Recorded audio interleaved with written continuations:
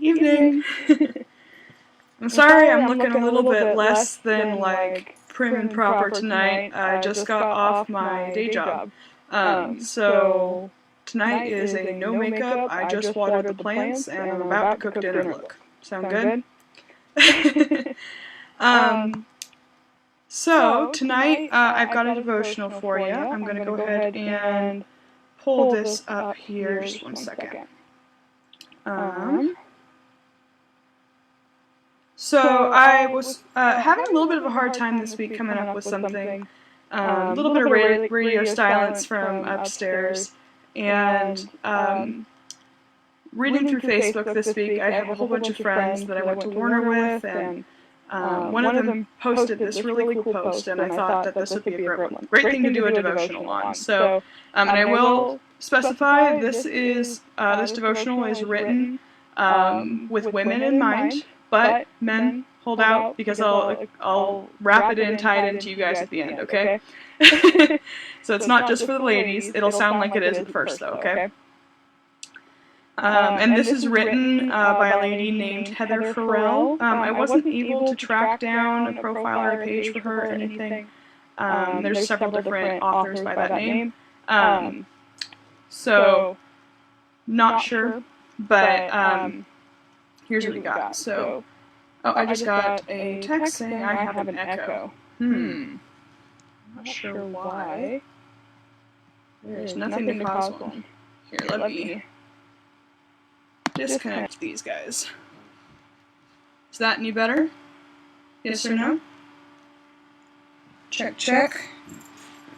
Not sure why it would have problems, but can you guys hear me okay?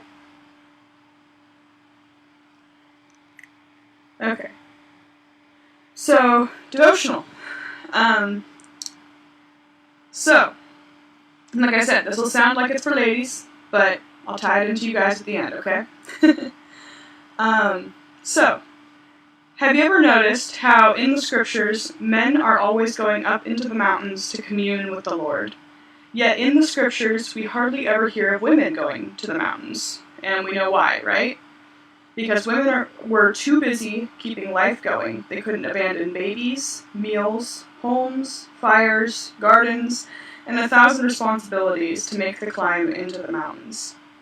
I was talking to a friend the other day, saying that as a modern woman, I feel like I'm never free enough from my responsibilities. Never in a quiet enough or holy enough spot to have the type of communion I want with God. Her response floored me. That is why God comes to women. Men have to climb the mountain to meet God, but God comes to women wherever they are. I have been pondering on her words for weeks, and have searched my scriptures to see what she said is true. God does indeed come to women where they are, when they are doing their ordinary, everyday work. He meets them at the wells, where they draw water for their families, in their homes, in their kitchens, in their gardens. He comes to them as they sit beside sick beds, as they give birth, care for the elderly, and perform necessary mourning and burial rites. Even at the empty tomb, Mary was the first to witness Christ's resurrection. She was there because she was doing the womanly chore of properly preparing Christ's body for burial. In these seemingly mundane and ordinary tasks, these women of the scriptures found themselves face to face with divinity. So if, like me, you ever start to bemoan the fact that you don't have as much time to spend in the mountains with God as you would like, remember, God comes to women. He knows where we are and the burdens we carry. He sees us, and if we open our eyes and our hearts, we will see Him, even in the most ordinary places and in the most ordinary things. He lives. So that blog post was obviously written for women. But I think it carries a little bit more, it needs a little bit of twisting. So, obviously in modern culture, women don't always have the same roles they've had in the past, right?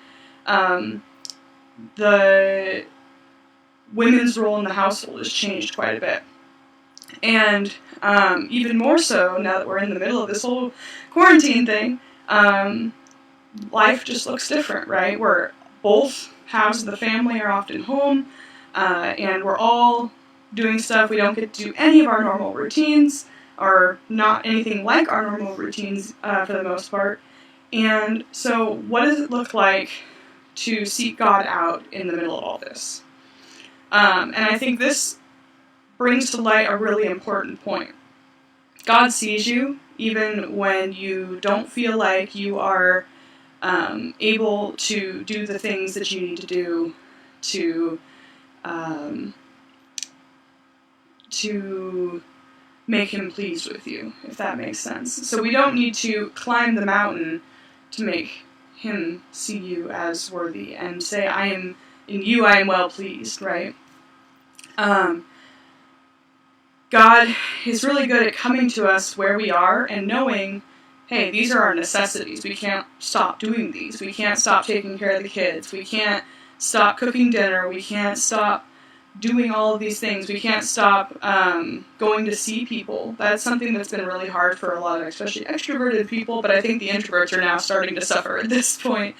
Not being able to go see people, check in on people in the same ways, has proven to be that some people's spiritual gifting is,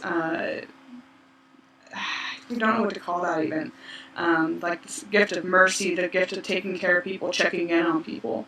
And a lot of those people are finding new ways to do that, but it doesn't have to look the same, and it doesn't have to look like such and such idol in the Bible. I say idol not in like graven images idol, but like popular figure in the Bible.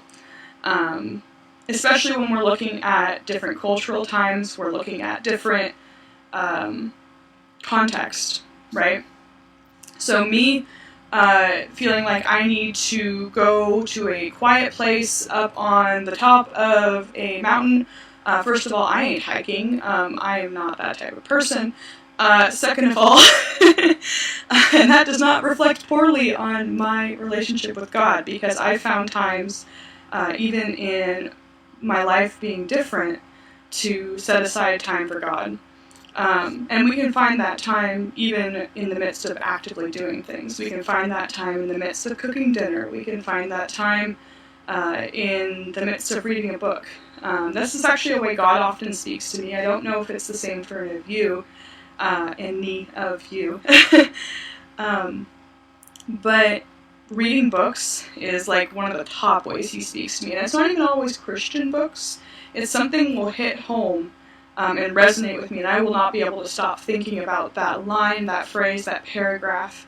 It'll force me to think about it in a different way, and sometimes call me out. So there's all these mundane things in life that God can speak to us through. There's some really great examples of those, especially with Jesus on earth. We see things like the women at the well. We see him coming to visit people in their homes. We see him traveling from town to town and not expecting people to travel to him, although they do occasionally. But he'll travel to them and meet them where they're at.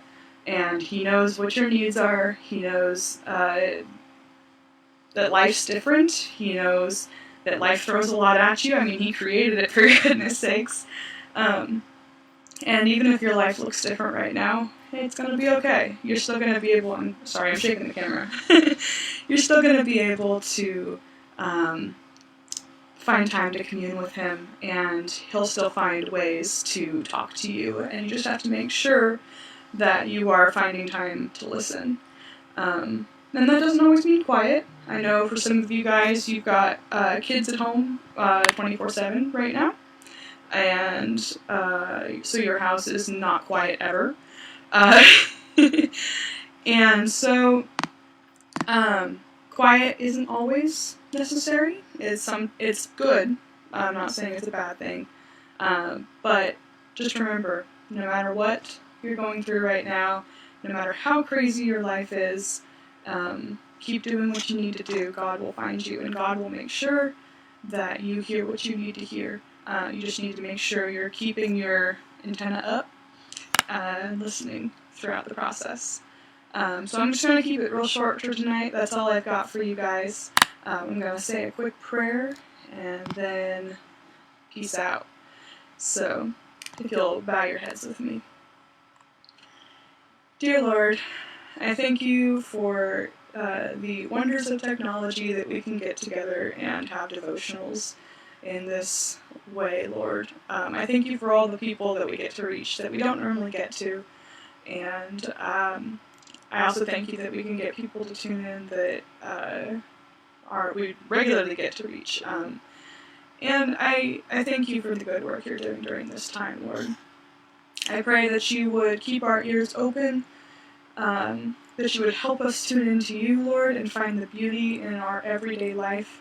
Help us to tune out the news, tune out the craziness a little bit, and see your beauty in all this, Lord. In your name, amen.